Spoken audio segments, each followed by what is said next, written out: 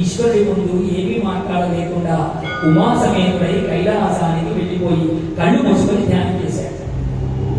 ఎప్పుడైతే ధ్యానం చేశాడో పార్వతీదేవి పరమేశ్వరుడిని అడిగింది, హే ఈశ్వర, లోకమంతా నువ్వు అజాతశత్రువు, నీ కోసం తపస్సు చేస్తూ ఉంటే నువ్వేమిటయ్యా కళ్ళు మూసుకొని నువ్వు తపస్సు చేస్తున్నావు, ఎవరి గురించి చేస్తున్నావు అనగానే ఈశ్వరుడు అన్నట్ట, హే పార్వతి, నేను ఏ విష్ణు మాయనైతే నన్ను ఆవహించి నన్ను ఈ పని చేయించిందో ఆ విష్ణు మాయ పోవడం కొరకు విష్ణువు గురించి నేను తపిస్తున్నాను అన్నాడు.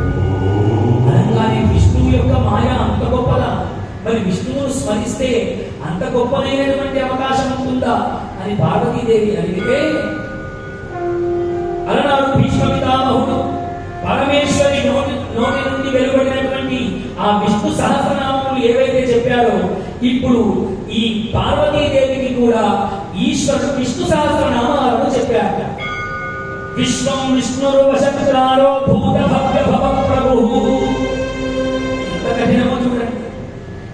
ఇలా కఠినమైనటువంటి అద్భుతమైన విష్ణు సహస్రనామములు చదివితే విష్ణు మాయ నుండి దూరం అవుతారట.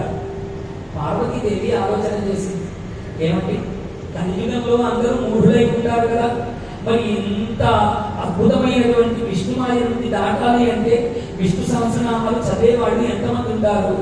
అందుకే పార్వతి శ్రీరామ రామ రామేతి రమే రామే మనోరమే సహస్రనామ తత్తుల్యం రామనామవరాననే.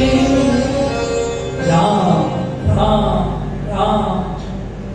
ఏ మానవుడైతే రామ అన్న రెండక్షరాల ఈ మంత్రమును కాదు తారక మంత్రమును, తారక మంత్రము అంటే తరింపచేసేటువంటి దాన్ని తారక మంత్రము అంటారు.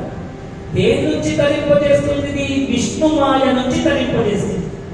అలాంటి విష్ణు మాయ నుంచి తరించాలి అంటే విష్ణు సహస్రనామములకు సమానమైనటువంటి ఈ రామనామాన్ని ఎవరైతే పట్టుకుంటారో ఈశ్వరి, వాడు ఈ విష్ణు మాయ నుంచి దూరం అవుతాడు. ఇదే లోకంలో ప్రజలందరూ చేయవలసినటువంటి తపస్సాధన. ఇదిగో ఈ రామనామమే కాపాడేటువంటి సాధన.